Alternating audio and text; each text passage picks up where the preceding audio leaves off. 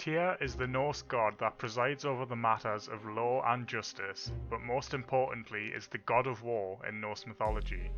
It is because of the latter that the Vikings would often admire Tyr and would carry weapons with an engraved rune in reference to Tyr into battle to ensure victory. Despite this, Tyr wasn't as popular in the surviving Viking myths, and his stories were lacking compared to the rest of the Norse pantheon. In the early years, Scandinavian settlers, or Vikings as they are known today, preferred to tell their stories out loud, and thus nothing of importance was ever written down.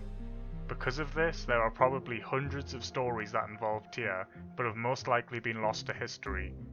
There is evidence, however, that Tyr was an important god in the Viking Age and shared tales with his fellow gods such as Odin and Thor. In the Prose Edda, a collection of translated texts, Tyr is said to be the son of Odin, but in the Poetic Edda he is the son of a giant called Ymir. Scholars have agreed that Tyr is probably the son of Odin, and therefore a sibling to the other Aesir gods such as Thor and Balder. Despite his title, Tyr was more than a brave warrior in battle. He had a dependable source of wisdom, and Odin often sought advice from him because of this. Unlike Ares, the Greek god of war, Tyr didn't resort to solving problems with violence, and would look to reason to solve any conflict.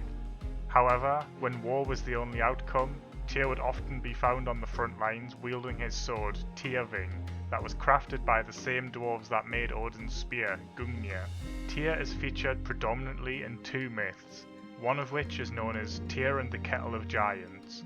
This story sees Thor and Tyr in a search of a magic kettle that has the ability to brew an endless amount of ale. The pair of gods head to Hymir's home, Tyr's father in this story, but instead find Tyr's grandmother, who urges them to hide unless they want to encounter Hymir's wrath. Seeking the woman's advice, the pair hide behind a large pillar. Full of rage, Hymir entered his home, smashing the pillar and exposing the god's hiding place.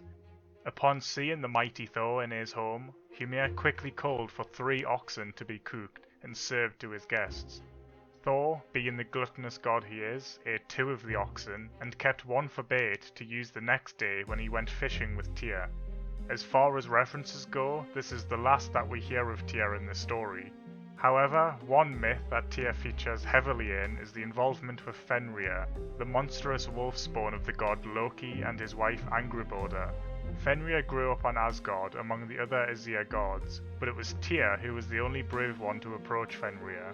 Fenrir wasn't like any other wolf pup, as he grew at an alarming rate, which worried the gods. They decided to test Fenrir and deceive him at the same time, by binding him in chains to test his strength, but trapping him if he could not break out. But Fenrir's strength was great, and he broke out of his bindings every time. The gods needed the aid of the dwarves of Svartalheim to craft them a set of fetters, durable enough to withstand the strength of Fenrir and keep him trapped for good. The dwarves accepted and crafted the enchanted fetters, calling it Gleipnir.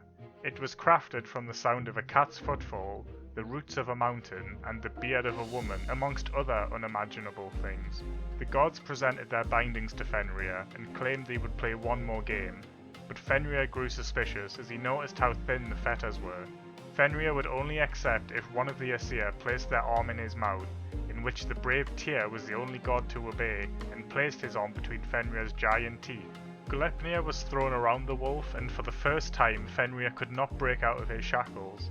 Upon realizing that the gods had no intention of releasing him, Fenrir became enraged and bit down on Tyr's arm, tearing it from his shoulder, all whilst the other gods laughed and celebrated.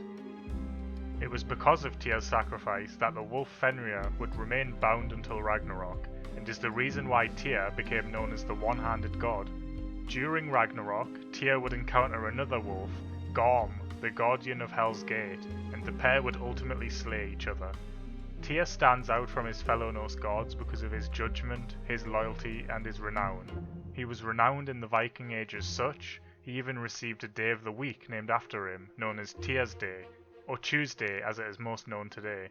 Tyr was looked up to in battle, but he was also sought after for his wisdom and pragmatism, earning him a place among my favourite Norse gods.